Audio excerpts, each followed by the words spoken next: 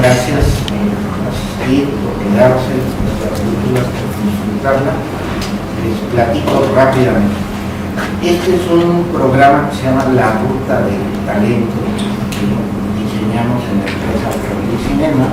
Presentamos el proyecto a un sistema de apoyo que se llama Eficine o Focine, donde nos dieron el apoyo para visitar a una serie de ciudades, de cines como este, de entidades que están promoviendo el cine mexicano, y llevar a los realizadores para que dialoguen con ustedes. El año pasado visitamos 7 ciudades: Guadalajara, Puebla, Toluca, en fin, etcétera, etcétera. Llevamos a 7 directores. Este año, esta es la tercera parada. Ya estuvimos en Tehuacán, en Puebla, ya estuvimos en Aguascalientes, y pues a Everardo le tocó estar aquí. La idea es promover, en primera, la difusión de obras que luego no son tan accesibles. En segunda, el crear público que valore el cine mexicano.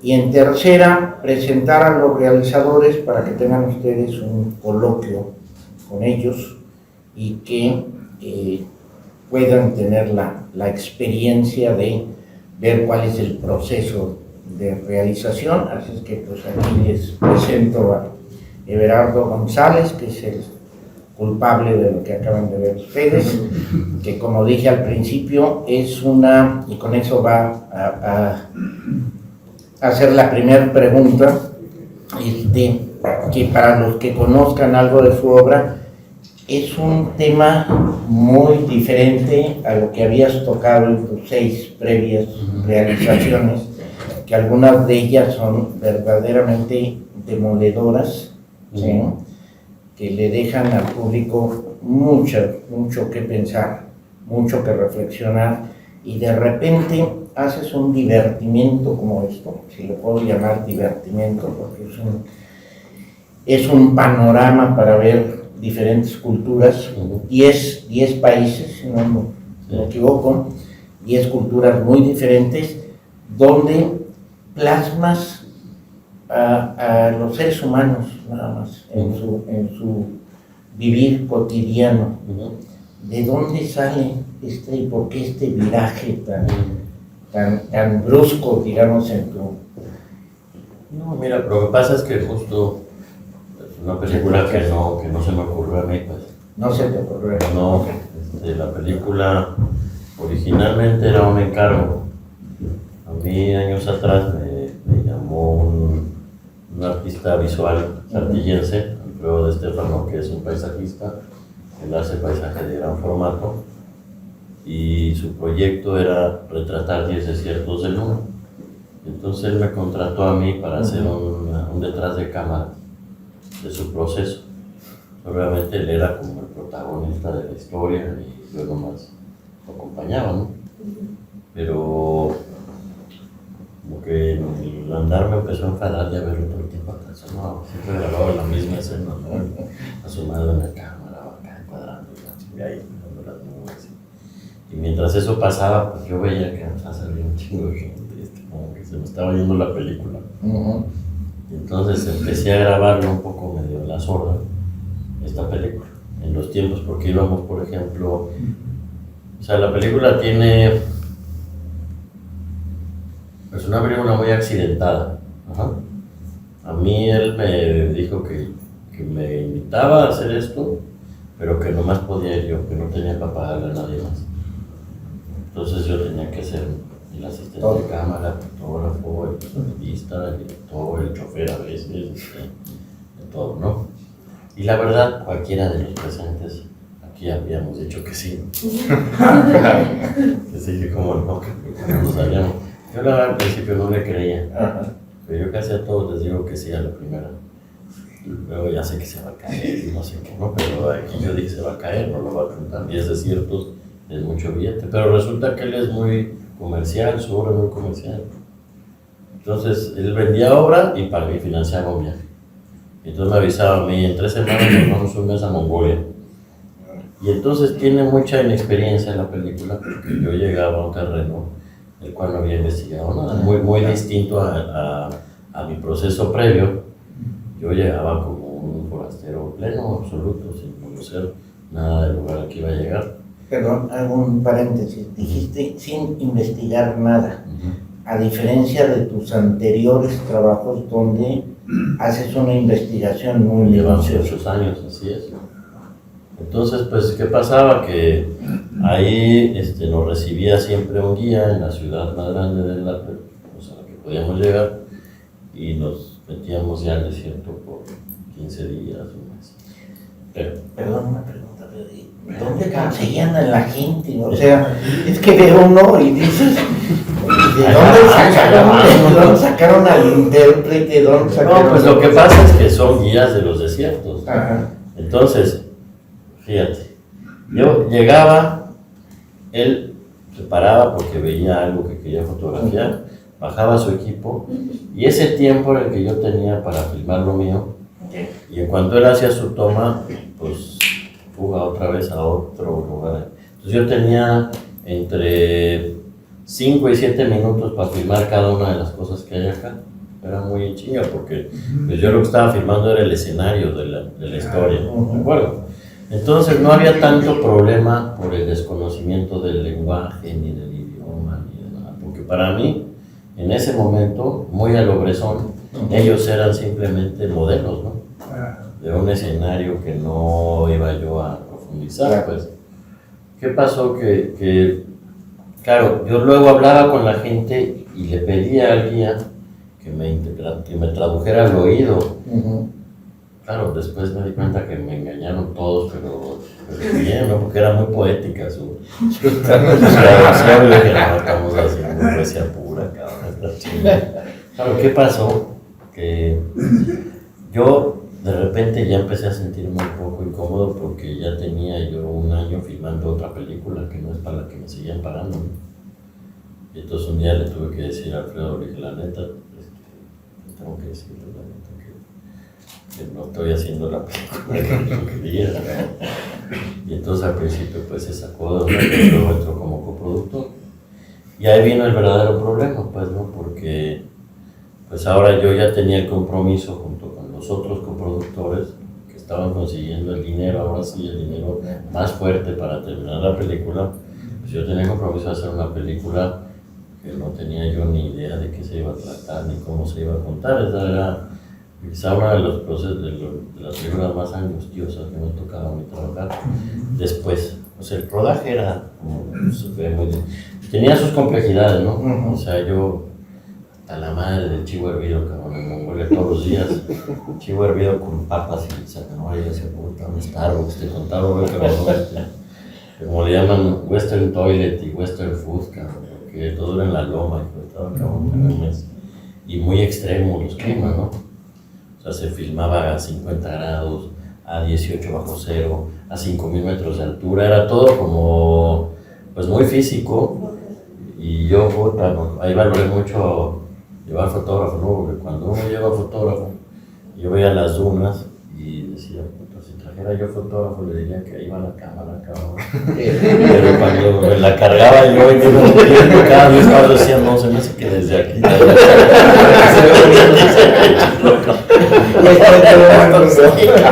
Ya desde no hasta allá, no, la verdad es que es ya mucho goloso, cabrón. Ya, aquí estamos bien, ¿no? Porque era muy físico, ¿no? Pero claro, cuando yo regresé con el material después de pues que fueron unos 4 años de rodaje, ¿no? Entre uno y otro. Entre el principio y el final de los desiertos. Se cerró en Islandia. El proceso final fue en Islandia. Claro, yo me senté con Paloma, la editora, y le dije, puta, ¿y ahora qué hacemos? Entonces empezamos a construir las secuencias, mientras a la par, pues yo necesitaba entender lo que realmente habían dicho, no lo que los traductores me contaban, ¿no? Entonces el primer corte, que era un tabique aburridísimo, no porque sea muy entretenido, pero era más aburrida, imagínate, ¿no? Era muy demasiado fotografía pura, ¿no? Porque además, pues bueno, tenía era lo que más podía yo hacer, pues no tenía mucha más articulación, no había narrativa. No había un guión, no había nada. Ni siquiera había arcos dramáticos, no había ni siquiera la intención de un ensayo. Pero conforme empezaron a llegar las traducciones, que es lo que ven acá, y yo veía que Paloma se reía de mí, porque ellos se reían de mí, yo me di cuenta que ese era el camino para esta película, que fuera de alguna u otra forma una suerte de crítica a la presencia de las cámaras, a la presencia de los cineastas en comunidades que se quieren mantener como inamovibles en el tiempo, que es como una mirada muy equivocada, en mi opinión, de la antropología visual y la etnografía visual. Y más bien quise explotar todo aquello que normalmente habría quedado fuera en una película etnográfica. Es decir, que fuera evidente que ellos cantaban para la cámara, que fuera evidente que ellos aprovecharan la incomunicación para burlarse del blanquito que había llegado ahí, que vieran mi fragilidad y entonces se rieran de mi presencia, y que en el fondo pues es lo que siempre pasa cuando uno hace un documental, ¿no? Lo que pasa es que eso no lo muestra uno normalmente. Entonces lo que hicimos Paloma y yo fue empezar a estructurarlo a partir de esa idea de que todo iba a ser un ensayo que le diera la cara B a la etnografía y que tuviera algo de comedia, ¿no? Por ejemplo, esa escena en donde esta pareja de jimbas están hablando, que se preguntan si yo soy un pornógrafo. Pues en realidad, pues yo empecé a filmar esa escena porque pues, me parecía curioso una jimba con los dreadlocks de lodo y la madre con un negrón ahí con la playera del Barcelona, pues como que esa escena de una pareja hablando me gustaba. Y entonces la empecé a grabar a distancia solo como escenario, pues. Y claro, cuando llegó la traducción, qué bueno que lo grabé, ¿no? Porque entonces, pues claro, empieza, yo no daba crédito, porque a mí los intérpretes me decían, es que están hablando de las bondades del viento, de la soledad del desierto. Y yo decía, puta, qué bien, vamos bien, ¿no? Por ejemplo, cuando yo le pregunto a los gitanos en el desierto de Tar, en la frontera con Pakistán, de la familia, claro, el intérprete me decía, no, la familia es muy importante, ¿verdad? De repente veía otra traducción que dice el tipo, no, la familia no es importante, ya tengo 5, no quiero ni uno más, ¿verdad? Ya tengo 5 hijos, ya no quiero nada, ya me operé. O sea, una lógica bien diferente, pues, ¿no? Pero antes de que sigas avanzando, creo que aquí hay algo que necesitamos saber, y es, o sea, se construye el primer corte sin traducción a partir de las imágenes que tú vas viendo, y después todo el material se traduce. Todo lo que es hablado. Sí. Todo lo que necesitaba comprensión, pues, ¿no? Algunas eran más difíciles que otras, por ejemplo, en Namibia hay como 5 lenguas distintas que solo te pueden traducir allá, tardó mucho, mientras era una angustia y la puerta cerrada, ¿no? Los productores tocando la puerta, de cuándo vamos al primer corte, y yo, no, todavía no, la verdad, como le decía a Paloma, puta, ¿qué vamos a hacer? Y Paloma decía, no sé, esta película. Ya después era la suya, ¿no? Pero, sí, no, pero... Porque ella fue la que salvó la película realmente, ¿no? Sí, un detalle de la narrativa no es una narrativa en el tiempo de donde ustedes estuvieron yendo. Muy al principio, por ejemplo, termina la primera secuencia, toman carretera y terminan en otro país y en otra cultura, ¿no? Entonces estos juegos, pues claramente se ve que están construidos en el momento de la edición, ¿no? Sí, en la mayoría. Y digo, ahora que la vemos nosotros, vemos una película pues totalmente confeccionada, que fluye, en fin, regresa. Hay momentos en lo personal que me parecen extraordinarios, esa escena donde van bajando, que no distingue uno al principio entre animales de color y blancos. Es verdaderamente impresionante, porque primero pensé que eran carretas o algo, como si fuera el oeste, ¿no? Visualmente, o le decía yo a Everardo que esa escena donde está el muchacho con una especie de contrabajo, Mongolia, que cambia la voz, él solito hace como 3, 4, 5 meses. Bueno, esto puede quedar solito, como si fuera un... En fin, ya para no extendernos mucho, digo, si ustedes quieren saber más sobre la trayectoria de Everardo, en la página de La Ruta del Talento 2 en Facebook, que es muy fácil, pues está ahí una semblanza de él, para no entrar en detalles de dónde naciste, qué estudiaste, qué hiciste, en fin, que son, pueden consultar ahí. Y para que ustedes le pregunten a Everardo lo que quieran saber o algunas particularidades de su trabajo, les comento nada más, hay unos DVDs que trajimos de 5 de sus películas, para que si gustan ustedes adquirirlos y ver parte de la obra. Y de verdad, para quienes no la han visto, esto es un trabajo totalmente diferente de lo que pues ha hecho, que es un trabajo, no sé si de denuncia en algún aspecto, pero de una riqueza social muy, muy fuerte, ¿no? ¿Nos puedes platicar tantito, un poco, de qué tratan cada una de tus reales? Poquito nada más, como para ¿Por tener dónde empezamos? por la primera, que es la canción del pulque. Mira, yo creo, o sea, más que hablar de una luna, porque sí nos llevaríamos un rato, yo creo que más bien lo que a mí me pasó cuando empecé a hacer la primera película fue que me identifiqué mucho más con los cronistas que con los cineastas. Y entonces encontré el valor del acervo, pero también el valor del registro. Por ejemplo, yo me acuerdo que una de las razones por las cuales yo hice Los Ladrones Viejos fue porque busqué imágenes y sonidos de Chucho el Roto, y no había ni una sola imagen de Chucho el Roto. Entonces, pues me quedé mucho con la idea de que el fotograma documental tenía un valor en sí mismo. Y otra cosa que también me gusta mucho, me empezó a interesar mucho, por eso son muy conversadas, porque le di mucho valor a la palabra y a las maneras de hablar de la gente, ¿no? Para mí, por ejemplo, una película como La Canción del Pulque o Los Ladrones Viejos, pues también son un rescate del calor, de las maneras de expresarse, son asomarse a un mundo pues muy distinto al que vivimos hoy, pues, ¿no? Y eso tiene que ver también con que el tiempo realmente es lo que le va dando valor a las películas documentales, pues, ¿no? Entonces, pues normalmente lo que asumía me tocaba un poco dejar cierto registro de lo que a mí me estaba tocando ver en estos momentos.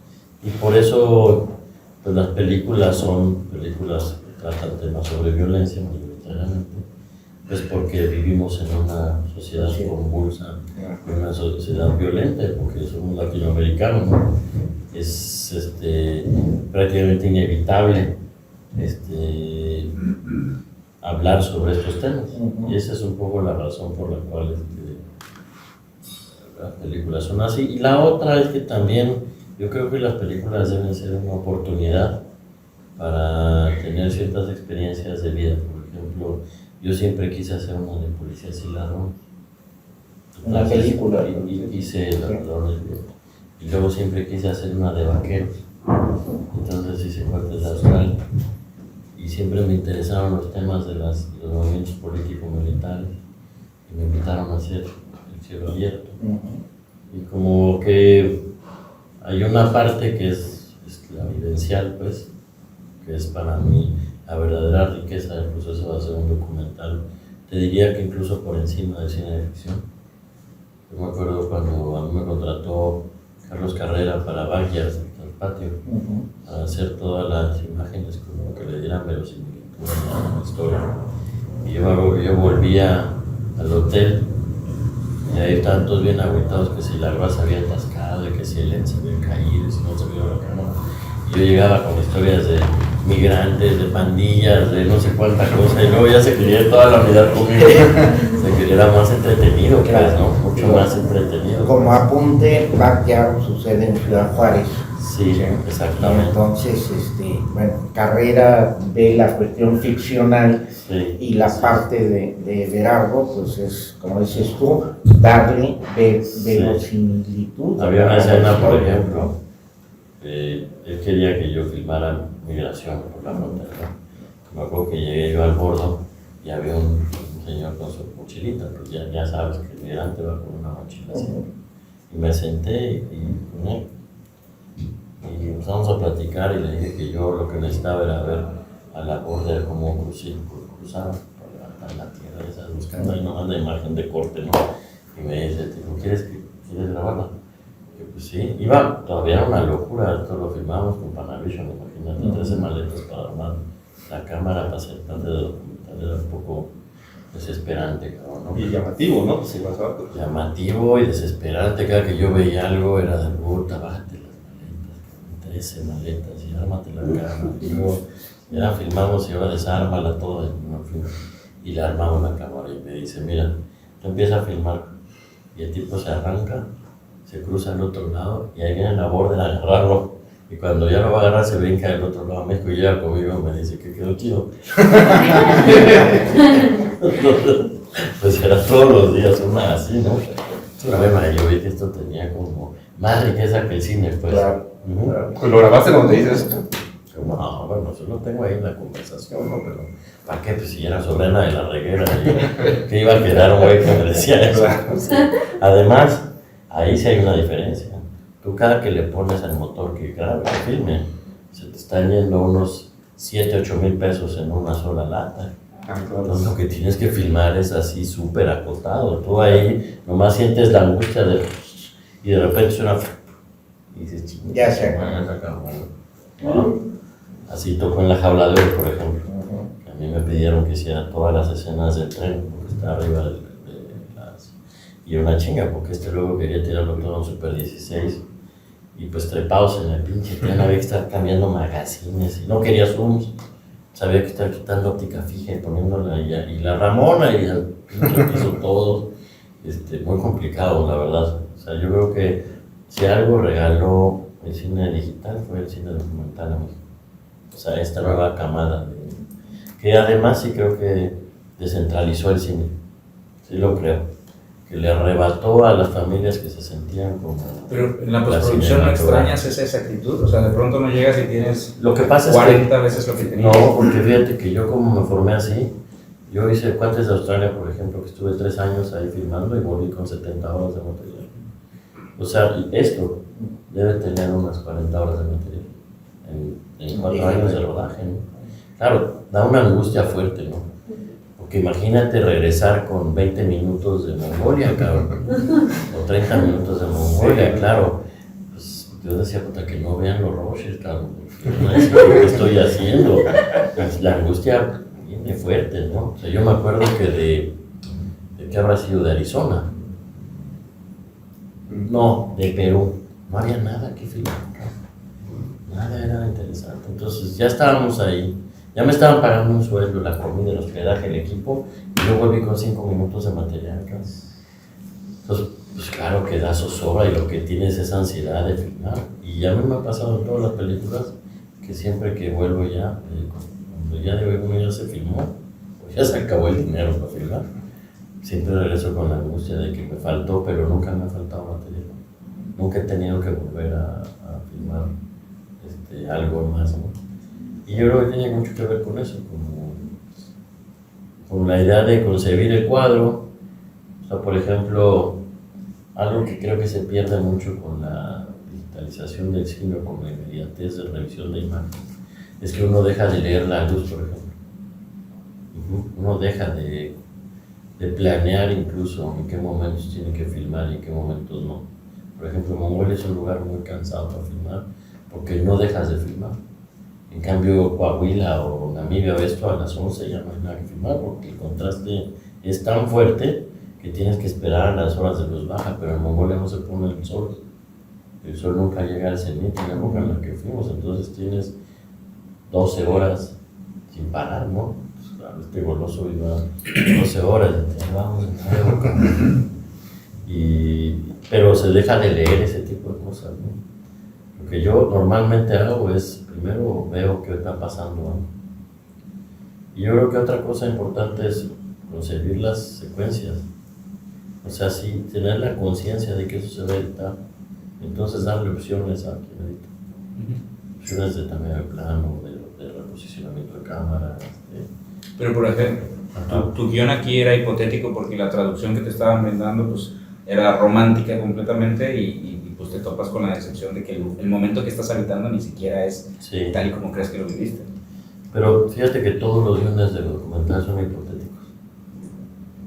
Porque, o sea, hay una pieza muy chingona del documental que es de las pocas cosas en donde el dinero no lo dicta todo, ¿no? Pero entonces el registro siempre es onírico, pues, o sea... El registro siempre es onírico. Lo que pasa es que a mí algo que me ha funcionado mucho es elegir situaciones que ya contienen drama de por sí. Por ejemplo, si no la pudieron ver, El cielo abierto es una película sobre el asesinato de Óscar Arnulfo Romero, el arzobispo de San Salvador en el 80, que bueno, uno podría hacer una biopic de Romero que hablara sobre su relevancia como defensor de derechos humanos, pero yo en la investigación, por eso me tardo tanto, pues lo que vi es que Romero sabía que iba a ser asesinado.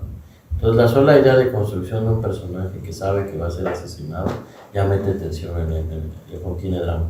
Y entonces ya no depende necesariamente de la tragedia de la guerra. Ya hay posibilidades de que un personaje te diga quédate otros 5 minutos, ¿no? O por ejemplo, Los ladrones viejos es una historia policíaca, estructura de policíaca. Hay un gran robo y eso ya te establece un puerto muy claro, dramático al que hay que llegar. O sea, tú sabes ya, no sabes cómo va a terminar, pero sí tienes muy claro que tienes que llegar a construir el gran robo, ¿no? Lo que viene es un poco el azar y todo ese asunto, pero es una mezcla entre el azaroso y lo que sí está conteniendo drama o narrativa de la realidad, ¿no? Porque si no es muy difícil, como fue este caso, y dependes demasiado del tiempo de montaje, ¿no? Y eso no creo para mí. Acá, por ejemplo, algo que justo ahora que mencionas lo del montaje, creo que es muy visible en el documental y es como el enfoque que tú pones de la cámara sobre la niñez. O sea, cuando te das cuenta que dices, los niños son como muy importantes. Sí. Quiero imaginar que también hay un acercamiento a las infancias, porque hay niños como grabados tan chiquitos que no hablan. No, y entonces porque también- sabes que, porque naturalmente los niños se acercan porque la cámara les da curiosidad. Por ejemplo, ¿qué cosas sí tenía preconcebidas este proyecto? Cosas que están muy sutiles en la historia, pero que eso regala el final de la película. O sea, la concepción de que todas las tierras que estábamos pisando un día fueron mar, por ejemplo. Y tú lo ves en los desiertos del mundo, lo que ves son todos los fósiles, son fósiles marinos. Y luego otra cosa muy interesante de los desiertos, por ejemplo, que pues no es casual que sean el origen de todas las religiones y el pensamiento mágico, por lo menos occidental, pues no. No es casual que sean las sociedades nomádicas porque siguen las mismas rutas hoy, todavía, que los grandes saurios, por ejemplo. O sea, esa concepción del peso de la historia en el desierto sí me ayudó a mí a que en el momento del rodaje, para la película de Alfredo ya se estaban construyendo, por ejemplo, las dunas, esta lama que va, el viento que va lamiendo las dunas, pues sí tenía una razón de ser, porque hay algo muy bonito en las dunas, por ejemplo, que es puro las dunas y hay montañas inmensas, pues no son más que viento y tiempo, pues, ¿no? Eso es lo que va dándole la construcción a las dunas, ¿no? Y bueno, yo quería captar eso, no sabe uno muy bien cómo, pero se te aparece una imagen en donde eso ocurre visualmente y hay que filmarlo. No sé cómo va a quedar, ni dónde va a quedar, ni siquiera sé si eso va a ser leído por un espectador, pero la intención está, ¿no? Por ejemplo, lo de las religiones, hay un viejo acá, yogi, que está parado en el desierto de sí. que había toda una construcción sobre eso que no funcionó, pero esa imagen está filmada por esa razón, ¿no? O la razón por la que yo voy con un paleontólogo amateur en Coahuila tiene que ver con eso, ¿no? Y resulta pues, que tiene un pinche museo ahí en Rascuache, y le da hueva ahí cuando hay calor. Pero lo que sí regala es el final de la película. Y entonces, cuando uno más o menos ubica o hacia dónde tiene que ir la narrativa, se empiezan a destrabar muchos problemas de la construcción, porque ya no piensas en el todo de la película. Vas de alguna manera construyendo en etapas para llegar a eso, ¿no? Como los rusos hacían, lo que ahorita son las colas, y luego vas cerrando hacia los medios de la historia, así era la técnica rusa de montaje. O sea, yo creo que por eso es importante luego ver las películas de los cabrones y ver lo que hacían, porque te destraban los problemas prácticos, pues no, sí te destraban. Entonces, bueno, si ubicas por dónde quieres que termine, pues sí te va ayudando y por lo menos se te va agotando el discurso, ¿me explico? La película misma te dice, hasta aquí llegaste, cabrón, ya estás en la necia, ya es como ir a la cantina aquí, cabrón. Ya estás deseando, cabrón. Ya. ¿Por qué Yermo? ¿En qué momento llegaron a Yermo en lugar de desiertos o cualquier otra cosa? Pues es una palabra bellísima. Okay, claro. Bueno, yo sé que existe yerma, pero la obra de teatro, ¿no? La obra de teatro. Pero yermo para mí es una palabra muy bonita del castellano y significa estéril. Sí, baldío, Baldío, estéril, llano. No sé, me parecía como muy contundente, pues, ¿no? La palabra. Pero, por ejemplo, ahí no ya es, o sea, partes de un ensayo sobre la ruptura de la cuarta pared, en el que tú eres un protagonista, pero en la búsqueda también de la violencia, ¿no es la violencia económica la que de pronto está ahí? Hay muchas lecturas, claro. Hay violencia económica, hay hacinamiento, o sea, dice Kiarostami algo muy bonito, ¿no? Dice que la película es siempre la misma, lo que cambia es el espectador, ¿no? O sea, ¿quién ve eso? ¿Quién puede ver eso? Lo que pasa es que, pues uno toma las decisiones de qué es lo que va uno a ponerle más atención. Pero una cosa bellísima de filmar la realidad, que es tan inacible, pues es que siempre se escapan muchas cosas que uno no ve de su propia película y que son interpretadas por otro, ¿no? Por ejemplo, a mí me pasó muchísimo en La Libertad del Diablo. Un montón de cosas de lecturas que yo no había concebido estaban siendo como recibidas por un espectador sensible, ¿no? Y eso yo creo que hay que tenerle un montón de confianza. Pero, por ejemplo, en ese caso en particular, tienes 3 o 4 hilos conductores que se convierten en 30, en 100, en 200, pero siguen teniendo la misma crítica social o por lo menos a ti te lo regalan. No, y lo que tienen, yo sí creo que eso no es algo que uno dice, pues, sino que uno lee que otros dicen de lo que uno filmó. Que también, de alguna manera, la permanencia permite hacer una reducción del volumen de la obra. A mí yo sí creo que algo que me interesa es como esta historia del ser humano y el entorno que se le opone permanentemente. Entonces yo creo que eso sí es una condición prácticamente en todas las películas que yo tengo. No es que se haga a nivel consciente, pero definitivamente que es un tema al que yo siempre vengo, al que siempre voy. ¿Porque da o porque lo buscas? ¿Porque da o porque lo buscas? Yo creo que es un asunto muy inconsciente. O sea, y a veces, por ejemplo, también tiene que ver con qué tipo de personas uno conecta de manera más inmediata, ¿no? O sea, también, como esto depende de personas y no de intérpretes, aunque después se interpreta, no importa, pues yo creo que es apelar al sentido común. O sea, yo, por ejemplo, me entendí mejor con el Carrizos, el ladrón de los ladrones viejos. Me cayó mejor que lo que me podría caer Negro González Iñárritu, aunque me cae bien el vato, pues, pero no, yo prefiero irme a pistear con el Carrizo y con el Negro, ¿no? La verdad. Sí. O con Memo Arriaga, cabrón, me cae toda madre, es un genio, pero no deja de hablar de él, cabrón, ¿no? Y entonces yo prefiero un güey como el Carrizos, me va a volver la cabeza a estar con un güey que más va a decir puta, que todo el tiempo va a estar diciendo puta, yo qué pendejo estoy, como que no estoy haciendo, ¿qué estoy haciendo de mi vida? Antes de que Ángel se acabe todas las preguntas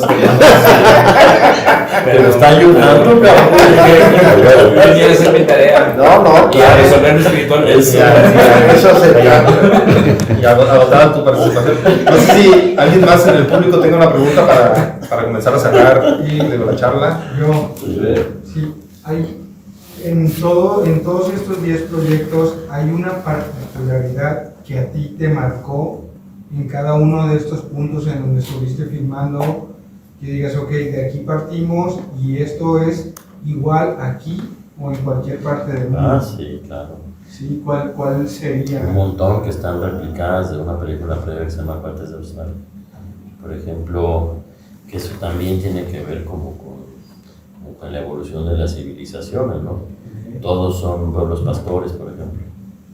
Pues hiervan la tierra, propiamente no son agricultores, pues. Sí. Son pueblos pastores.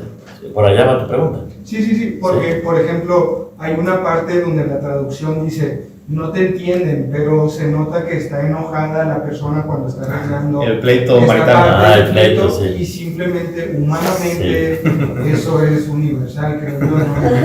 Pues sí. Quisiera saber. Pues sí, en el mundo todos se pelean, ¿no? Las parejas se enfadan unas de otras. Pero tienen eso. Por ejemplo, algo que a mí sí me gusta de estos lugares es como la relación de los hombres y las bestias, ¿no? De las personas con las bestias. A mí, yo soy un enemigo de que se le elimine la animalidad a las bestias. Yo sé que es súper equivocado lo que digo, pero me gusta mucho cuando se asume que la bestia es bestia. Y en estas zonas del mundo, la relación con las bestias es distinta porque es una dependencia absoluta. Tú no puedes arrear un hato si no tienes buenos perros, ¿no? Muy difícil, no hay manera. Tú no puedes recorrer, cada vez menos, ¿no? Pero tú no puedes campear si no tienes un buen caballo. Tú no puedes, en fin, como toda esa relación de dependencia con las bestias, me gusta mucho porque también se traduce a las familias. Los camellos, ¿no? Pues bueno, los camellos, las llamas, todo eso que hay ahí tiene que ver con ese asunto, pues, ¿no? Pero las familias también, por ejemplo, pues algo que a mí me llama mucho es que incluso la gente tiene hijos, pero no con la concepción que a veces urbana tenemos de lo que es ser padres o ser hijos, ¿no? A veces la mano de obra va de por medio también, ¿no? Y eso nos vuelve muy primitivos, pues. Algo que tienen es que son sociedades muy claras de qué le corresponde a cada quien en esa pequeña comunidad, ¿no? Y a mí es algo que me gusta mucho, es algo que traté de poner aquí, que creo que se comparte en todos los desiertos del mundo, ¿no? Ese tipo de relaciones, pues, ¿no? De certezas, que además eso es... Mira, algo que a mí me gustó mucho del confinamiento pandémico, pues es que yo creo que a todos nos volvió un poco primitivos, ¿no? Había que decidir quién de la familia iba a comprar las cosas. Cabrón, ¿no? Había que cuidar a los más pobres. Una de las frases que se me quedó muy grabada es que esta persona, bueno, esta señora que está alimentando a su bebé, dice, la vida aquí es muy tranquila. Sí. Y hace referencia, como supongo, a una ciudad que será la más cercana, dice que eso es muy caótico. Tú, desde tu vivencia, ¿cómo sentiste eso? O sea, si te dicen, oye, puedes vivir ahí, ¿lo llegarías a hacer en algún momento? ¿Yo? O sea, ¿cómo lo percibiste? O sea, esa tranquilidad. No, ¿Si pues es es real que... o es nada más simplemente una percepción de ellos No, porque están sí ahí? es real. Sí es real, claro. Lo que pasa es que, mira, también otra virtud que tienen los documentales que sí, pues, en ese momento esa es tu realidad, ¿no? O sea, estás filmando 3 años en un rancho vaquero en Coahuila, pues esa es tu realidad, ¿no? Claro. Si vas a estar metiendo 5 años filmando desiertos del mundo, esa es tu realidad, no es la de ir al súper en Ciudad de México, de dar clases en la universidad, nada, es estar ahí. Entonces, pues, te permite como muchas vidas en una, ¿va? Eso sí. Entonces, pues, puta, ¿qué te digo? La percepción va... yo sí creo, ahora, yo no entendía que eso me decía en ese momento, ¿no? Después lo descubrimos, pero yo nomás la veía hablando y ahí garabateando en el gagán, ¿no? Y decía, puta, sí, chido, cabrón. ¿Alguien más tiene una aprovechando para meter uno por ahí, ¿por qué no nos dices al espectador en dónde estamos? Porque condiciona mucho a veces ubicar en dónde ocurren las cosas, y por otro lado es muy difícil la construcción de secuencias, porque entonces ya no puedo construir yo conceptualmente que las dunas son viento y arena, porque está construida con 7 desiertos distintos. Entonces claro, si yo tengo que ubicar, porque es una cantidad de letreros ahí. Pero sí se identifica mucho con los rasgos de la nacionalidad. Sí, o sea, sabes que no estamos en el mismo lugar, no con el paisaje. Ajá, pero no sabemos dónde estamos. O sea, con yo el me paisaje. identifiqué mucho, o sea, con los vestuarios, con... Sí. O sea, dije, esto es Sí. esto es... Pero hay 2, 3 que son muy Sí, identificables, pero sí. hay otros que dices, puede Sí. estar en Tayikistán, Claro. o puede estar en... Y fíjate, porque en el fondo pues la película no es una película sobre desierto. Claro, sino sobre la gente. Sobre la gente, sobre el quehacer documental, sobre Claro. todo el desierto es el escenario, pero no es una película sobre los desiertos. Entonces, pues a mí en la narrativa me estorba mucho tener que decirle todo el tiempo, puta, imagínate, en una secuencia de 30 segundos tendría que haber puesto 5 cartones, ¿no? O sea, así como, puta, ¿qué quiere este güey? Y se me preguntaba como que qué comen, o sea, ¿en qué va a comer? Chivo, Hervido. chivo, hasta, ¿qué más? Están como que tan deficientes de Machaca. de todo. Pero esa es parte como de la violencia. No,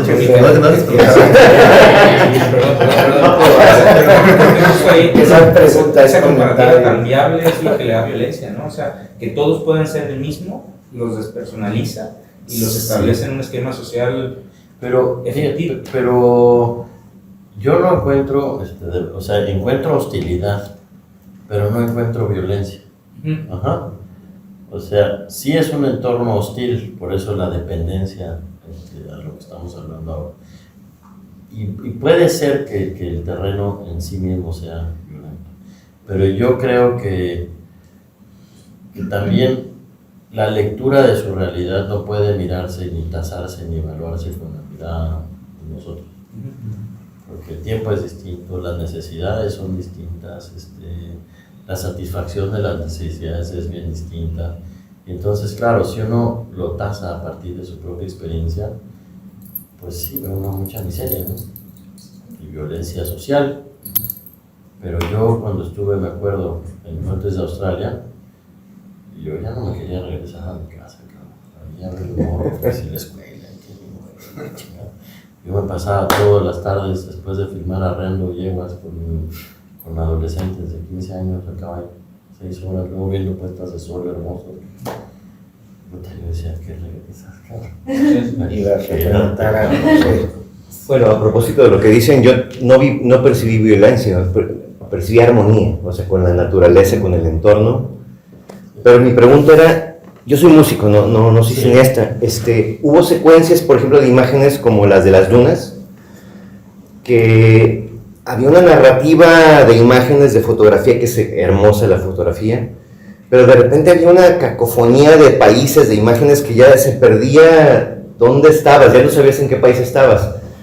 Y me resaltó mucho la parte de México, porque somos mexicanos, de Coahuila, que contrastaba con lo demás. Entonces de repente yo no encontraba el hilo en ciertas partes, pero en esa parte de las dunas sí sentí como que una línea que me conducía. No sé si me pudieras explicar un poquito más, o no sé. Pero sobre esa secuencia. O sea, ¿cómo balanceas el de repente tener una secuencia larga y de repente tener contrastes? O sea, porque pues no sé si las dunas eran del mismo país. No. Ah, ok. No, ninguna. Ya. Es justo una de las razones por las cuales no decía yo en dónde estábamos. Porque solo esa secuencia pues son 5. Ya.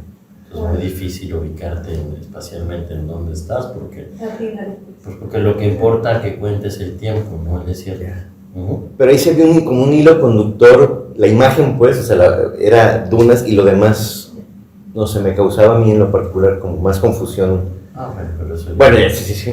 Ahí sí yo de eso ya no soy responsable. Ya es mi percepción, digamos, de como músico, digamos. Y fíjate, te voy a contar la música, por ejemplo, ¿no? O sea, fue una cosa complicada porque También hubo algo de libertad en el proceso de hacer esta película, porque no pretendía hacer una película. Entonces hizo que, le contaba yo a Hermoso ahora, que yo rechacé al músico de Alex de la Iglesia para, en una peda ahí en una azotea en Narvarte, o sea, tenía un amigo bandoneonista, Raúl Bici, y me dijo, hay que trabajar juntos. Le dije, ¿por qué no hacemos esta película? Me dice, pero yo toco el bandoneón. Y digo, ¿por qué no es una orquesta de bandoneones? Y entonces habló con el diseñador de sonido, ya le dijimos a Alex de la Iglesia que muchas gracias, que ya no. Y entonces empezaron a construir algo que para mí era muy interesante, porque ahí hay otra cosa. Yo no soy sonidista, entonces el sonido era, todo lo que se oye aquí prácticamente está reconstruido todo. Porque yo soy un desastre. Luego grababa el sonido, pero no grababa la cámara, el ruido al revés. Entonces un montón de resoluciones, yo ya tenía la voz, el testimonio, pero la imagen no grabé. O al revés, no tenía una imagen súper buena, un testimonio buenísimo y quería oírlo y no tenía nada. Entonces yo, o sea, era una Zoom, imagínate. Entonces todo era golpeteo del viento contra el micrófono, no es el viento, ¿no? Sabía que, claro, cuando yo senté a Nerio Barberis y a Matías, a los diseñadores, pero una de vientecitos. Entonces hubo que reconstruir mucho. Y a mí ahí me gustó mucho, te voy a decir por qué. Porque los vientos, por ejemplo, están construidas con ruedas de patineta. O, por ejemplo, yo llegaba al estudio de Matías y estaba grabando unos platillos y los corría con un lavalier para ir grabando las diferentes frecuencias que después están montadas acá y que no se sienten, ¿no? Y luego pues, los bandoneones, que no importaba si sonaban a milonga o qué, porque lo que estábamos era experimentando. Yo creo que de las cosas que yo más agradezco de esta película es que al hecho de no tener la pretensión de hacer una película, pues se trabaja con mucha más libertad, más como la escritura libre. Cuando uno escribe una frase que no pretende ser novela, ¿no? Pues eso despierta mucho la creatividad, ¿no? Hacer las cosas bien, luego frenan. Perfeccionista. Tenemos que cerrar en este momento. No, hay una pregunta aquí. Sí, pero esa es la última para que puedan tener tiempo un poco como de salir, porque también los compas que andamos trabajando ya tienen que ir a Entonces cerramos con esto. ¿Por qué el toque de queda? Porque hay estado de excepción ahora, ¿no? Sí, algo que yo tengo una duda, quizás no es tan profunda porque tampoco soy cineasta, pero hace poco me tocó participar de productor en un documental y hay algo que nunca nadie me contó, la capacidad física que tienes que tener para soportar. Yo estaba flaco, cabrón. La verdad que yo dije, o sea, me hace falta 3 documentales más para llegar a mi peso ideal, porque era, de verdad que es una chinga. Sí. Y es algo como que nadie te cuenta. A mí me gustaría saber como de repente porque pues supongo que llevas mucho equipo el decir, a la madre, dejo la cámara y me regreso. O sea, ¿qué es lo que pasa por tu mente en ese proceso? Pues, por ejemplo, en Atacama, que estás a 5,000 y feria, pues cargar el pinche tripié y la cámara y los lentes. Yo lo que hice fue un equipo muy portátil, pues no todo lo cargaba como mula. Y entonces yo me acuerdo que caminaba y jalaba aire, cabrón. Yo le digo a mi compañero, ya me hice viejo, cabrón. Y me dice bien, no, pendejo, estás a 5,200, camina despacio. Sí. O luego me cae, pues luego ya llegaba un momento en que pues llegabas al lugar y afuera estaba el frío, pero perro, ¿no? Y tú llegabas en una Land Rover con aire acondicionado, decías, hijo, qué chingón se ve desde aquí, cabrón, que no quieres bajar, se te condensa la óptica, se empaña, es complejo, pues por ejemplo yo iba pidiendo de vez en cuando que se abrieran las ventanillas. Había que esperar 5 minutos de repente para que la óptica tomara la temperatura. Pues tiene mucho esa dificultad a veces, ¿no? O pues yo iba siguiendo a alguien en cámara con los cuernos que le llaman, que es una suerte estéril. Y necesitaba el tripié y volteaba, el pinche tripié estaba como 300 metros allá. Y en el momento cuando tienes asistente, ¿no? Porque cuando uno patronea, cuando tiene asistentes patronean, el tripié aquí, volteas y dices, híjole, cabrón, siempre es algo así por el pinche. Entonces, pues sí, esa parte es como Por eso cuando siempre volvía yo me decían, llévame, siempre te dicen, ¿no? La verdad, la semana te vas a querer regresar, ¿no? Porque, pues, Mongolia, por ejemplo, nosotros quedábamos en las guerras de los nómadas. O sea, no eran hoteles, era ahí. Me acuerdo que un día llegamos ahí, eran una familia con 4 niños, en medio, yo tenía un chamaco como de 5 años al lado que lloraba y otro de 3 arriba. Y decía, puta, vamos a un hotel, cabrón. Por favor. Me acuerdo, ya es más, ya con esa cierro. Llegamos a un pueblo porque decían que era un pueblo que tenía una casa de cultura donde ya nos íbamos a poder bañar, cabrón. Esa es otra, yo decía, ya, agua, por favor, mucha, cabrón. Y llegamos, y puta, dije, puta, un baño, cabrón, por fin, güey, ¿no? Y le pregunto ahí al mongol, oye, ¿y el baño? Y me dice, sí. Y abre la puerta y un descampado y me dice, ay, no me quieras. Otra vez, cabrón, yo volví así, cabrón. Y ahí dije, oye, pero yo quiero bañar, por favor. Y hay unas pinches cubitas. No, bueno, complicado, muy complicado. Toda esa parte de la logística, la comida, ¿no? La comida que, pues, o sea, yo no sé por qué no descubrieron el cabrito asado, pues, porque el cabrito sí es una maravilla, pero el chivo destazado así, riñonada, güey, casi como de Monterrey sin tortillas, nada, así nomás, la pedacera ahí en el hirviendo, Y sin te sal. servían, entonces, puta. Bueno, al que no le gusta la cebolla es al otro güey, cabrón. Por eso dice, No le gusta, entonces lo carrillaba yo mucho. Y pues ahora parece que soy yo, ¿no? Pero bueno, no podía no comer cebolla, cabrón. no, pues es lo que hay. Bueno, pues yo creo que sí, ¿no? Bueno, pues un gusto. Siempre que hay una charla nos falta tiempo, pero justo este lapso es para que ustedes puedan como acercarse un poquito por ahí, si quieren algo. Bueno, tenemos 15 minutos. Tenemos 15 minutos, porque al final del día también pues, el personal se tiene que ir y todo, hay que descansar, cerramos, trabajamos mañana, si quieren venir a ver ¿Pero películas. se van en 15 minutos? ¿O Mañana vamos a estar abiertos, sí. Es que ellos abren y van más temprano. Nosotros nos quedamos un ratito para justo estar acá todavía un poco conviviendo. Y pues, les agradecemos bastante que estén acá. Los que tengan... ¿Qué me vas a decir? Sí, los 3. Sí, los que tengan trastes, por favor, acá saliendo hay una barra donde podemos ubicarlos. Ahí está su zacate, Todavía vamos a estar acá su detergente. un ratito y les pedimos un aplauso, por favor, para que